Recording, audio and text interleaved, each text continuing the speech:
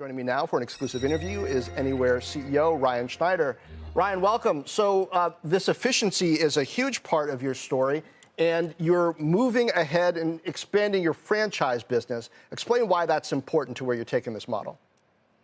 Well, John, first off, thank you for having us. Yeah, we're really excited by a number of the things that we're doing, including expanding our high margin franchise business, but also how we're leveraging our national assets in owned brokerage across the great brands that you named, like Sotheby's International Realty and Coldwell Banker. We reported about 125 million of EBITDA this quarter, which is awesome in the challenging housing market, and we think distinguishes ourselves from a number of our competitors.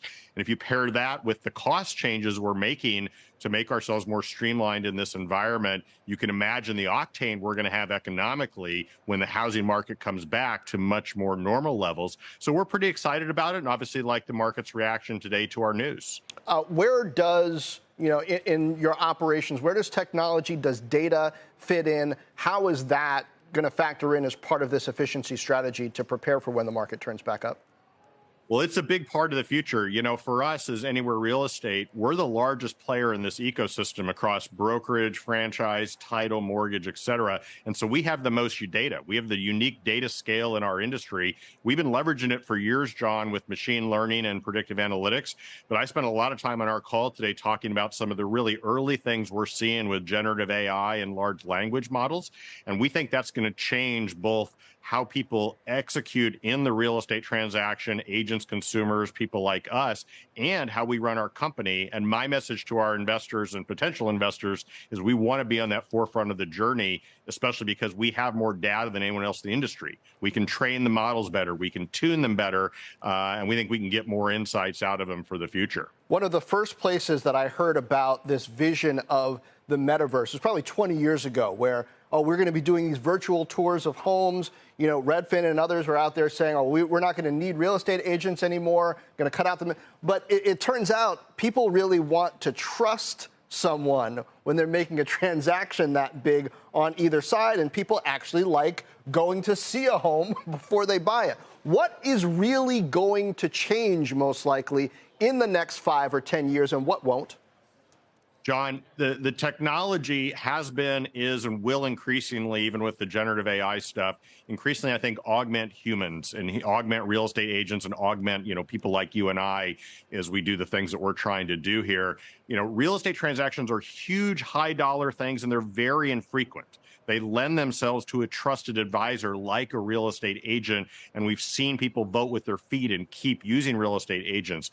I think things that we're doing today with generative AI, like virtual renovations, are going to be awesome to help consumers make the journey easier, simplify it, but it's not going to change the need for that advisor and the need to go see your house in person before you put down life-changing amounts of money to get your next home and move to what's next. So even as you're expanding your strategic franchise focus, what are the areas where you vertically integrate? What are the areas perhaps where you bulk up and purchase in order to pursue your vision of that future? Yeah, so we're always looking to purchase in areas of technology that we think can be additive to our ecosystem in the future. We hold a very high bar on that, but it's something that matters because with our market leading scale of, call it 13, 15% market share, we can take a technology and really deploy it out there at scale. So that's absolutely one thing we look at. The second is when you've got franchise brands like Century 21, Sotheby's International Realty, some of the others you mentioned, but we also have owned brokerage brands in Coldwell Banker, in Sotheby's International Realty, in Corcoran. We can integrate across those also and use, scale, whether it's on purchasing, on technology, on data, et cetera, to make those diverse businesses successful.